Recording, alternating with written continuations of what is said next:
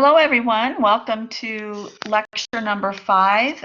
The title of this series of lectures has been Face Your Journey with Competent Writing Skills, and I am Dr. Roxanne M. Williams, and I'm hoping that if you haven't had a chance to listen to lectures 1 through 4, that you will go ahead and listen to those as well, because each session does build upon the next. In each session, my goal is that you'll write paragraphs that are focused, accurate, cohesive, and excellent. We've talked about really 2 different sources that can help students with writing well-constructed paragraphs, and one source is listed on the last slide of our presentation, and it's dealing with power writing, written by Sparks, and it just is a really great concrete guide for understanding how to write expository paragraphs. And we had spent a lot of time talking about that in previous sessions. And then we kind of graduated to talking about the meal plan, and the meal plan is also a guide for writing scholarly paragraphs, but of course it's a little bit more sophisticated than talking about power writing, because power writing is more just talking about expositive paragraphs where you're not citing scholarly sources. So the meal plan is much more appropriate for doctoral students. What I would like to emphasize to everyone is that every sentence in a paragraph has a purpose. So it's not just writing a group of sentences where they all have one main idea, although that's a really good place to start. At the doctoral level, we want it to be a real logical flow of thought, and that's why the meal plan has been presented to you. I don't want you to think that the meal plan is just a real rigid formula where every sentence every paragraph is only 4 sentences long. It's just a pattern. And yes, some paragraphs might only be 4 sentences long. But obviously, when you want to go into a little bit more depth, you're probably going to have some paragraphs where you write quite a few analysis sentences. So your paragraph, of course, is going to get longer. And of course, there's always certain incidences where you're going to break the rules a little bit, because all of a sudden, something seems a little bit more logical to you than that rigid formula. However, I want to encourage everyone to become familiar with it, because I do think it is a good starting point for all of us. I am going to be providing a sample for everyone in just a few moments on the screen. And as you look at that sample, I want you to look for the meal plan. Look for, the main idea, evidence sentence, analysis sentence, and link sentence. I purposely am writing or showing you a writing that has 2 paragraphs, because I really want you to notice how at the end of one paragraph, I transition well into the next paragraph. This is not a skill that I've seen with every doctoral student. It seems like a lot of times a student will write one paragraph and then it just kind of abruptly ends, and then they dive into their next paragraph, which is a different main idea, but the student doesn't really show kind of a marriage between the 2 paragraphs. And so I've shown some graphic pictures there for you to kind of help you kind of understand that, you've got these 2 different concepts, but obviously there's got to be some connection between those concepts. Otherwise, you wouldn't have put them within the same paper. And so it's your job as the writer to make that transition between those 2 different main ideas for your reader, so that they really feel comfortable understanding the logical flow of thought that you are trying to present. I want to mention this. We had talked about different myths about the meal plan in our previous session. I'm not going to reiterate all of those myths this time, but I do want to mention this one myth and that is that only the evidence sentence or sentences should have a citation, and that's not true. Obviously, your evidence sentence will have a citation. However, you could have a citation actually with any of the sentences in the paragraph. A citation is required for any sentence that's not common knowledge, anything that's not your own original idea. You need to give credit to the author who had that original idea. I also want to mention to you that in true scholarly writing, we do not use personal pronouns, and I see students doing this a lot. And it's not a hard and fast rule. There are scholars who debate this. Obviously, there's certain circumstances where you do use personal pronouns. For example, when you write chapter 5 of your dissertation, which I know probably seems like a long way off for many of you, but it will happen. Chapter 5 is where you need to give your own personal recommendations about how your study can be used and applied in the future. And so personal pronoun would be very appropriate there. Also, in scholarly writing, sometimes when a person does a qualitative study, that's where you conduct interviews, the interviewer is really considered one of the instruments of the study. And sometimes in that case, it actually makes sense sometimes to use personal pronouns when you're doing the write-up. There is debate in the scholarly world whether you should use personal pronouns in qualitative writing. Some believe that you still even shouldn't use it there either. But a general rule that is still pretty much kept is that we don't use personal pronouns. And so that's why I encourage students, even in their postings, and in their assignments for the week, even if they sometimes appear as though they could be written with personal pronouns, that you should try to train yourself, so to speak, to get away from that habit. All right, so here we go. I have a paragraph, and then on the next screen, I'm going to have the following paragraph that will build upon it. So before we actually dig into this paragraph, I want you to notice the color coding. So the red sentence there is the main idea sentence. The orange sentence is the evidence sentence. I have two green sentences, and those are my analysis sentences. And then the blue sentence at the end is the link sentence. So you see the meal plan there. The red is the M, the orange is the E, the green are the analysis, and the blue are the link. Sorry, I know the third grade teacher comes out of me. It just happens. Sorry, folks. But I'm a very visual learner. And so for those of you who also are visual learners, probably this is a help to you. But what I want you to notice is that I've inserted an extra sentence in here. And so it's like, oh, Dr. Williams broke the rule here. I added a sentence in black there after the main idea sentence. And I didn't do that on mistake. It was on purpose. And the reason I did it was because I felt like I needed to explain a little bit more about something I was mentioning in my main idea sentence. And I felt like if I hadn't inserted this extra explanation in that black sentence there, that my readers really would be a little bit lost. And so I mentioned this in the last session that sometimes after the main idea sentence, when you're writing using the meal plan, sometimes it is a good idea to write a definition or an extra explanation of something that you've mentioned in your main idea sentence before you dive into the evidence. Okay, so I'm going to read this out loud. I know you can read, but sometimes I think it just helps us all focus and be on the same page if it's read orally.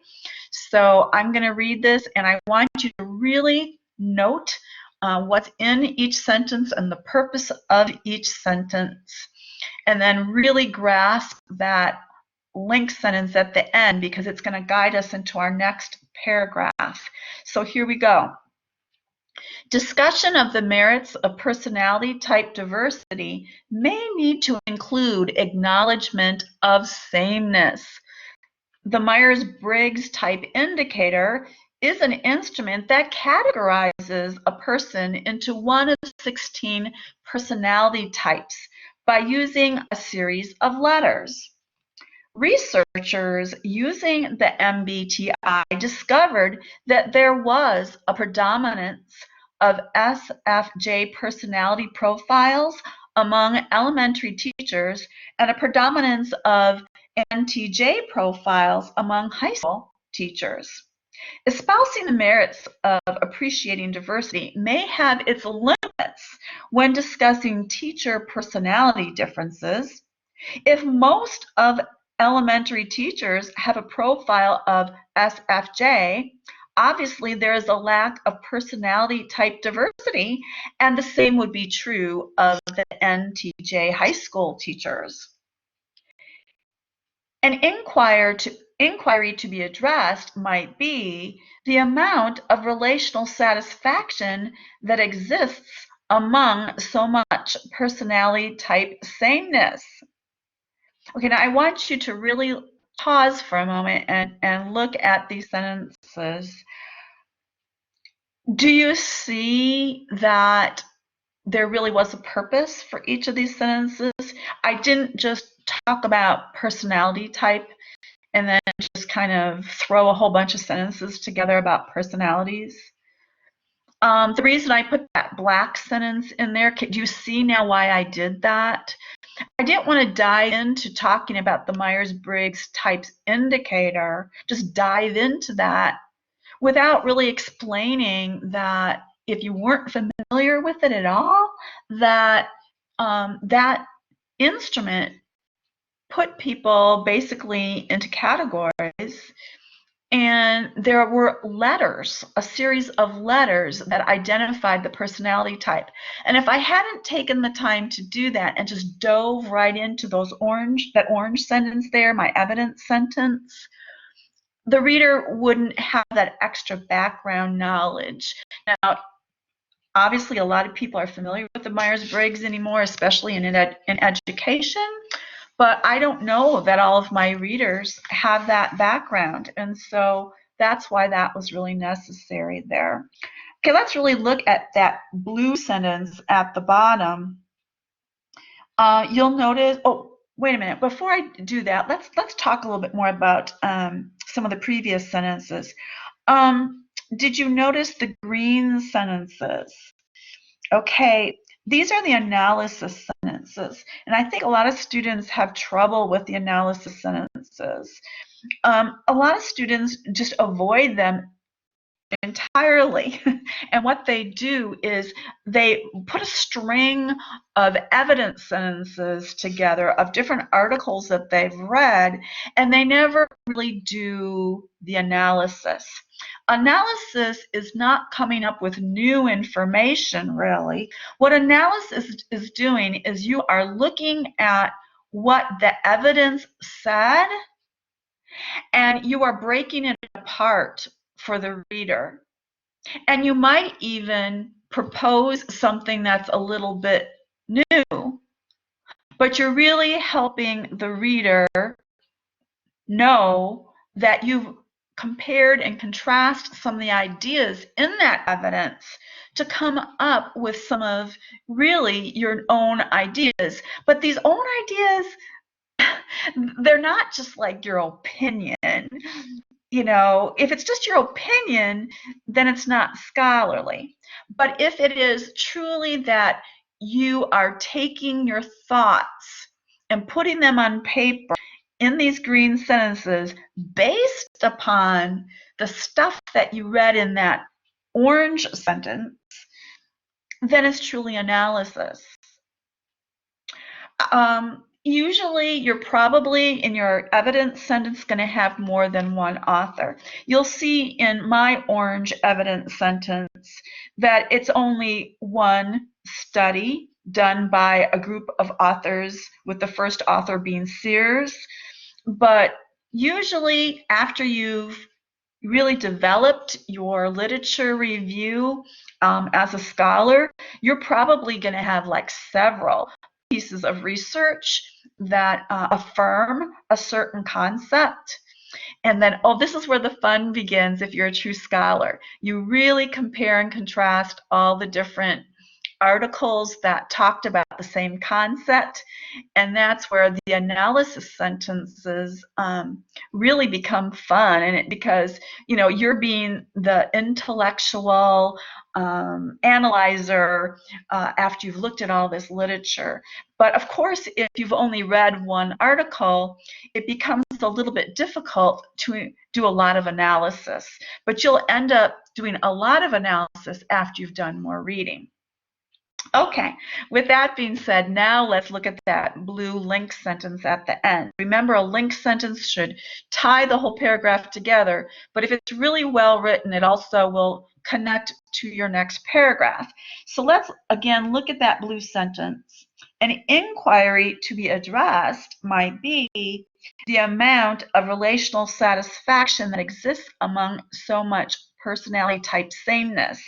So you can see that I'm kind of reiterating a little bit about what was said in this paragraph. I'm still talking about personality types. I'm still talking about personality types that are the same, but what I've added in here is I've talked about some inquiry about this, about personality sameness.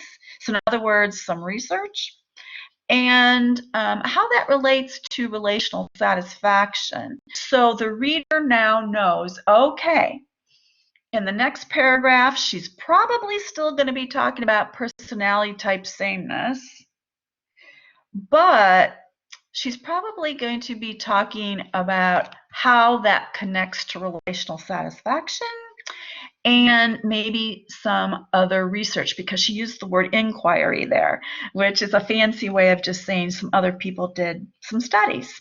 So let's go to the next paragraph.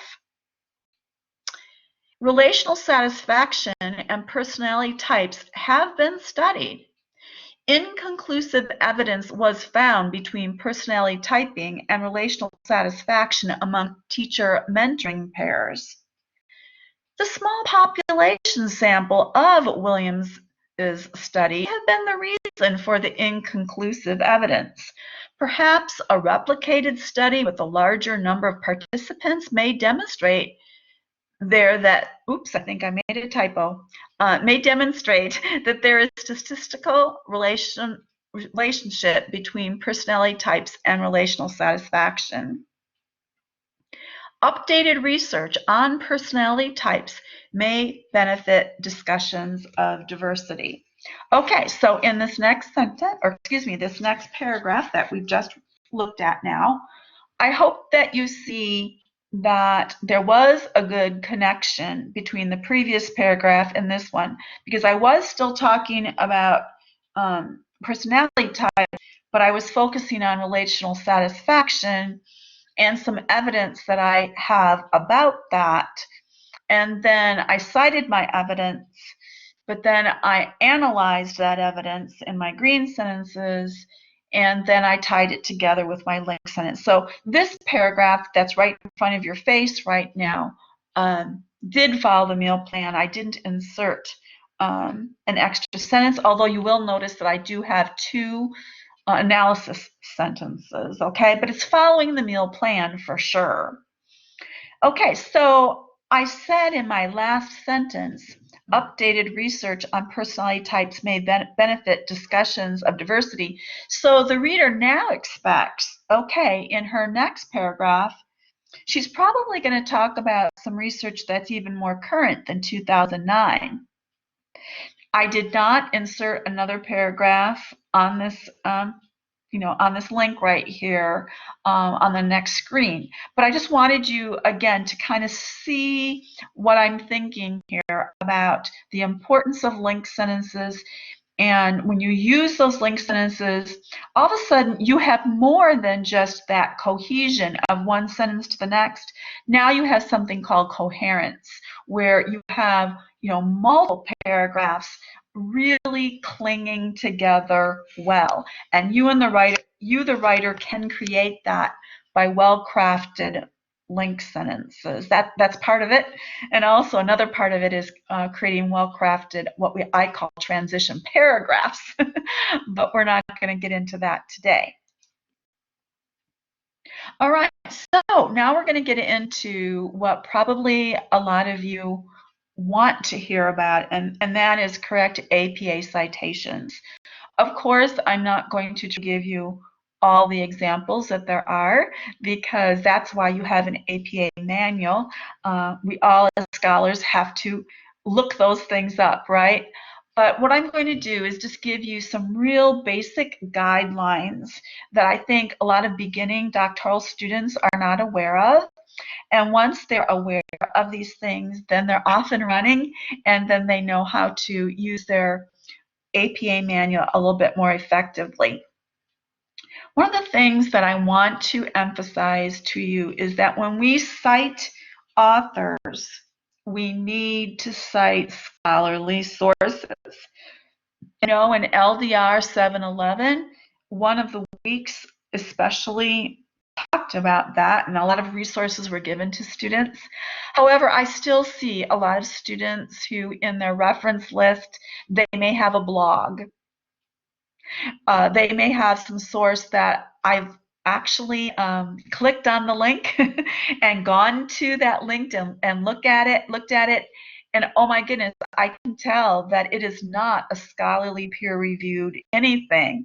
It's just somebody who knew something about the topic wrote something interesting about it, and then they posted it to some website. And that's okay for casual learning, and maybe sometimes it's not okay. But for scholarly work, let me help you understand what kinds of pieces that we really should be looking for. One of the most important types of research or types of sources you should be looking for are empirical studies, okay?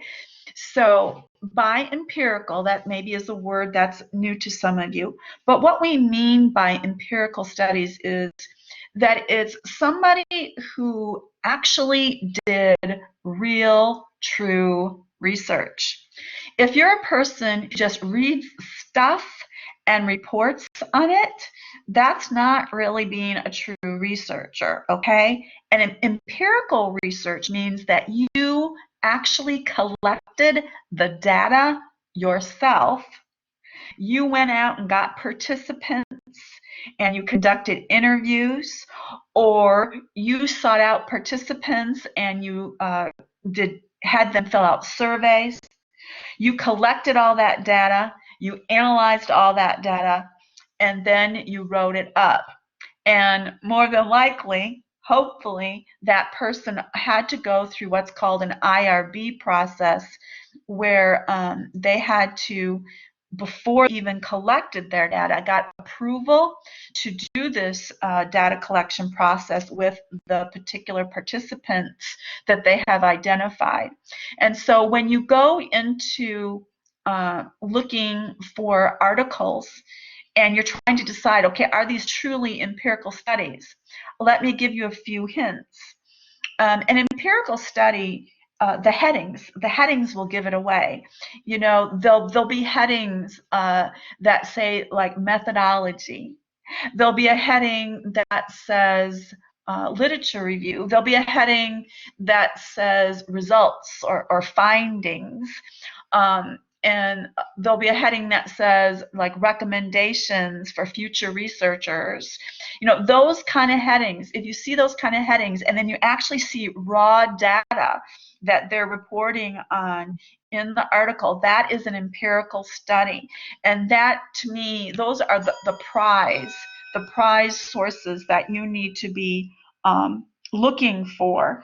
And those are the kinds of people that you need to be citing, because they have done their homework. They have actually gotten real data, and the author is the person who actually collected the data. So, they're hopefully honest, but they're definitely better than secondhand sources of somebody who just read something and then is reiterating to you what they read. I mean, that's okay, but that's what we call a secondary source, and it's not as reliable.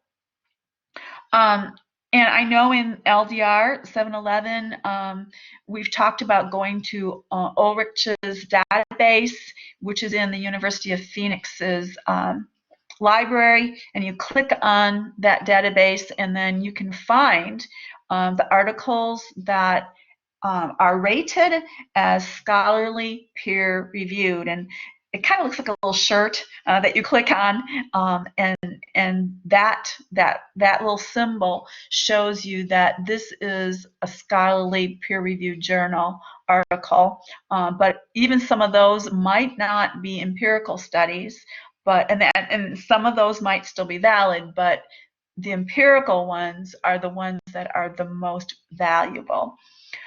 Books, of course, are scholarly sometimes. One way to find out which ones are more scholarly than others is, when you're reading these empirical studies, look at the reference list and see who they're citing. And if you over and over and over again are seeing like a name like Yin, Y-I-N, Yin, you're just like, oh, you go, okay, so this guy is the guy that seems to be cited so much in these empirical studies, and he appears to be the guru on interviewing and in qualitative research and in case studies. And so it's like, okay, so I will try that. Obviously, when you're in courses for University of Phoenix, there's lots of resources that are given to you within the classrooms, and there's theories that are talked about, and professors are talking about them, and they're being cited, and they're being provided for you in a lot of the materials. And so you see, okay, so this theorist and that theorist, okay, they wrote a book on their theory, and I'm hearing that being talked about in class. I'm seeing it cited a lot in these empirical studies. Okay, so that's probably a valid source for you. I just want to caution you that anytime you read a book and they are reporting on somebody else's studies, that is a secondary resource, though. So, like, what I would do is if I read about a certain theorist that I liked that was very well respected, but they talked about certain studies, empirical studies that supported their theory, what I did is I went and looked for that piece and those pieces of empirical research that the theorist recommended. I didn't just take the theorist's recommendation. I went for the empirical studies that they cited at the end of their book. I looked for them, and that's what's called being scholarly. You make sure your sources are sound. You don't just use blogs and anything that you can come up with when you Googled something. It has to be scholarly, folks. So before we even discuss really, the details about APA citations, let's make sure that the person you're citing is worth citing to begin with. Okay, so you know that University of Phoenix, and I'm sure probably most universities, are switching from the 6th edition of AA to the 7th edition of APA that was just published. The 7th edition was published in 2020. And so I put kind of a funny little picture there, because probably the only people that are laying dead on the ground there are probably probably the professors. The students who haven't used APA before probably could care less that we're switching, but all the professors are going, oh no, I just mastered the 6th edition and helped my students with that, and now I've got something new to to learn. But the good news is it appears as though there's not maybe huge amounts of change. With the 7th edition, there are some changes. The soft change for University of Phoenix is beginning April 1st.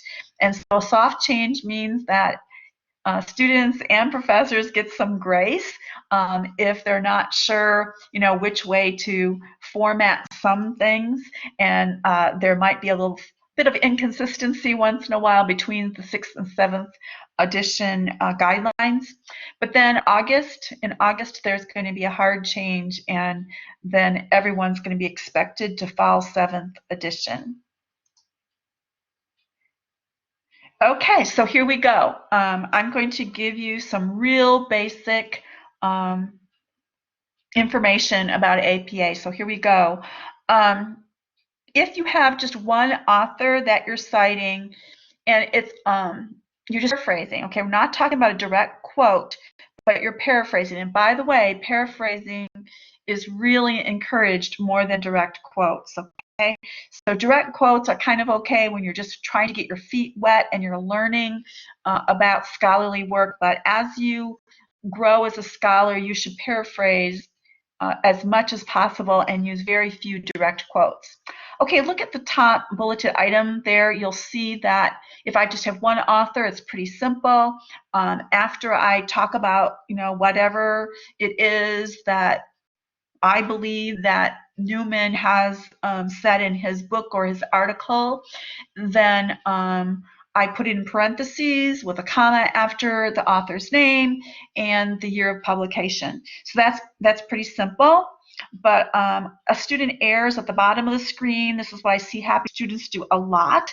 They put a period at the end of the sentence, and then they put the parenthetical citation, and then they put a period at the end of the citation. And when I'm reading that as a professor, I'm going, okay, so does Newman go with this sentence that's in front of it, or does that citation go with the sentence that's upcoming? I'm real confused when they put that period after the word broad there. It doesn't belong there, folks, okay?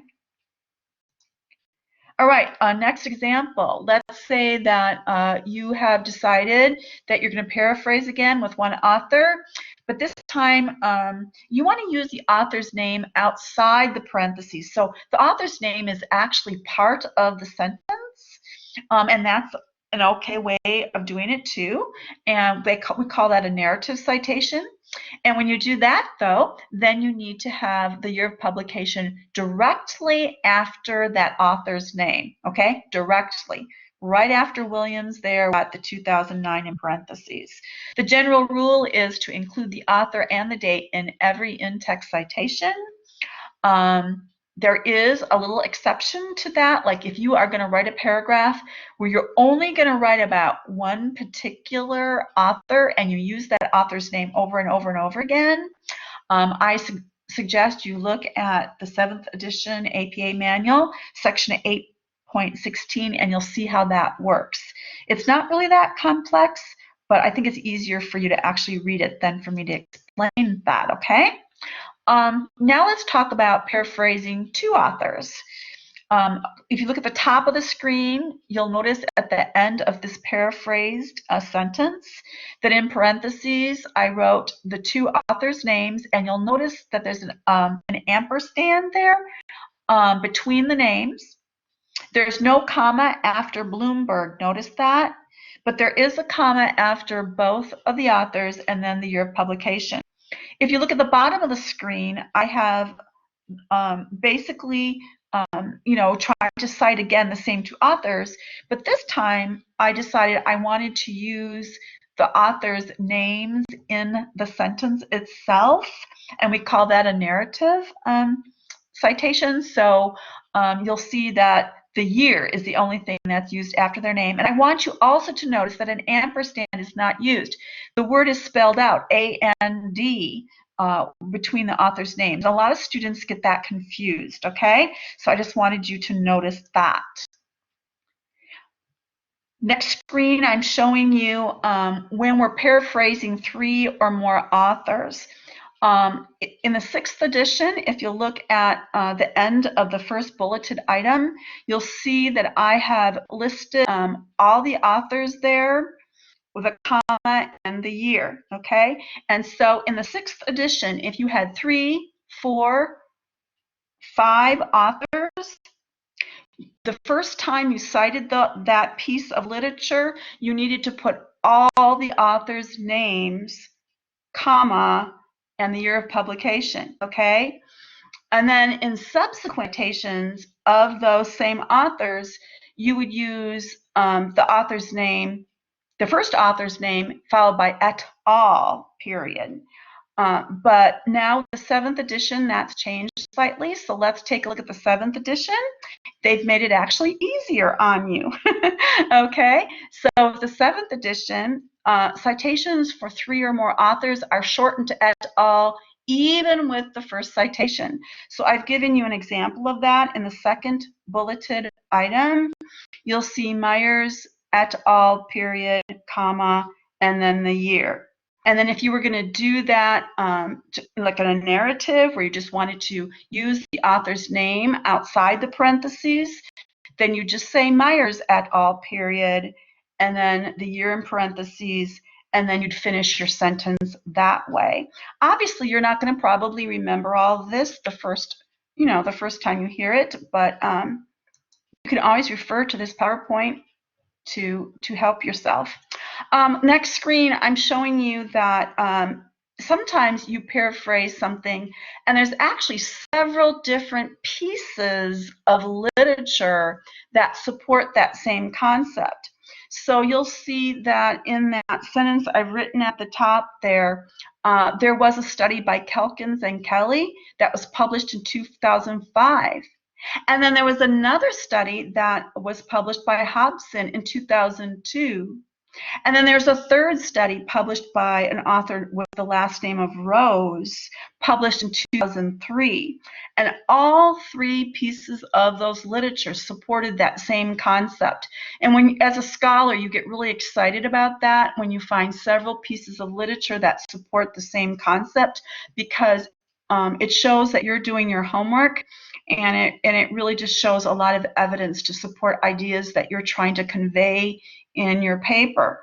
So I want you to notice that how the punctuation is there. You know, you've got Calkins and Kelly with an ampersand and a comma and the publishing year, but notice that there's a semicolon placed between that and then the new piece of literature by Hobson, okay?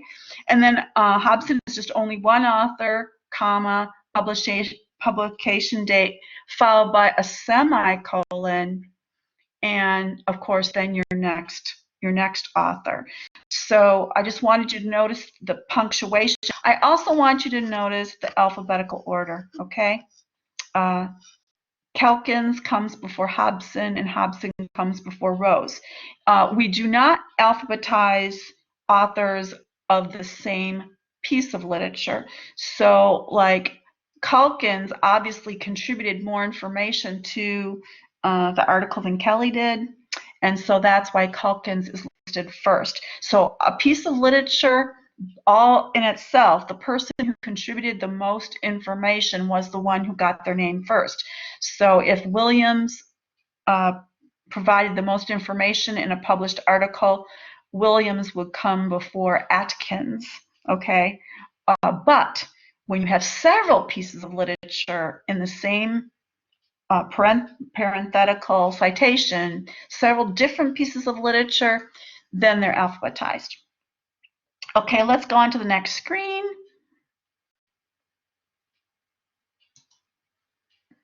Direct quotes. Okay, direct quotes, you copy it with using quotation marks, and after the last quotation, then you use your citation by naming the author or authors, comma, publication year, comma, and then the page number. If there is no page number, then use your AP manual. It'll guide you as to what to put in. Sometimes they'll have you put a paragraph number. Sometimes if there's no paragraph numbers, it's like kind of confusing about that. You'll even write like the heading under which you found that information. Okay, if it's a direct quote and it's a narrative, then you use the author's name, and then use the year, and then you use the direct quote, and you'll notice that the page number comes at the end of the whole sentence. And please notice that that period does not come at the end of the quote. The period comes after the parentheses there, okay, after the parenthetical citation. So please notice that page number placement, and please notice where the period's placed. If you have a quote that's 40 words or more, you do need to make a block quote. And again, you can refer to your APA manual for that. I have one more sample that I want to show you, and I want you to look for the meal plan, and I want you to notice the citations. Okay, so I'm not going to read this to you, but I want you to notice that I've got my main idea sentence first. I've got actually more than one evidence sentence. The evidence sentence is in orange. I have North House being the person who I'm citing, and it's a direct quote in this particular instance, so I put his name and the year, and then I had to put a few words so that my sentence made sense, and then I directly quoted him. It actually was basically 2 sentences that I directly quoted, and then I put the page number at the end. And then I decided to put in a personal communication. And so I showed you how to cite a personal communication that really dovetailed in well with what Northhouse had said. So that's why I put 2 evidence sources there, because I felt they dovetailed together well. And then, of course, I've got my analysis sentences in green. And I've got more than one analysis sentence, but please notice I did actually cite Northhouse in one of my analysis sentences. And then I've got my link sentence, because we always have to tie everything together. And this doesn't always happen, but in this particular case, because I used a particular term that wasn't my own, I used the term distributed leadership, I felt like I needed to give Northhouse credit for that term and not give that credit to Dr. Williams. So in that last sentence, I did, even though it's not, the purpose of that blue sentence is not to show evidence, the purpose is to tie a paragraph together. But because I'm not giving always all of my own original ideas there, I had to give Northhouse some credit. Okay, so let's go to our next screen.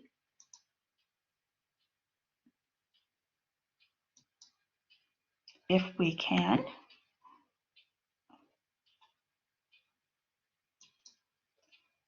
My technology is not working right. Don't know why it's not moving forward. We'll be patient just for a second here. Come on.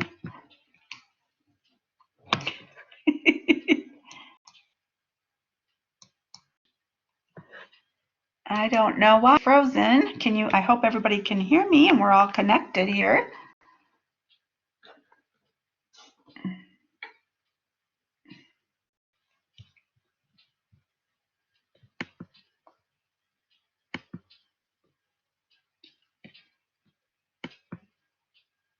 Okay, just be patient with me. I'm not sure why we're not moving forward. Oh, there we go. I'm not sure. I guess I just skipped one slide, but I think that was just my,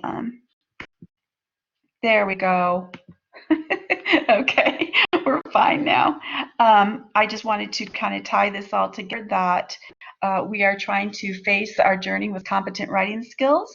We're trying to be focused, accurate, and cohesive and coherent, and show excellence. And hopefully by using APA correctly and following these guidelines, we will get to where we want to be in our journey. I do have references on the last screen and my contact information at the end. So I hope that you've enjoyed these sessions. This is the last of these sessions on improving our competent writing skills. Thank you for joining me today.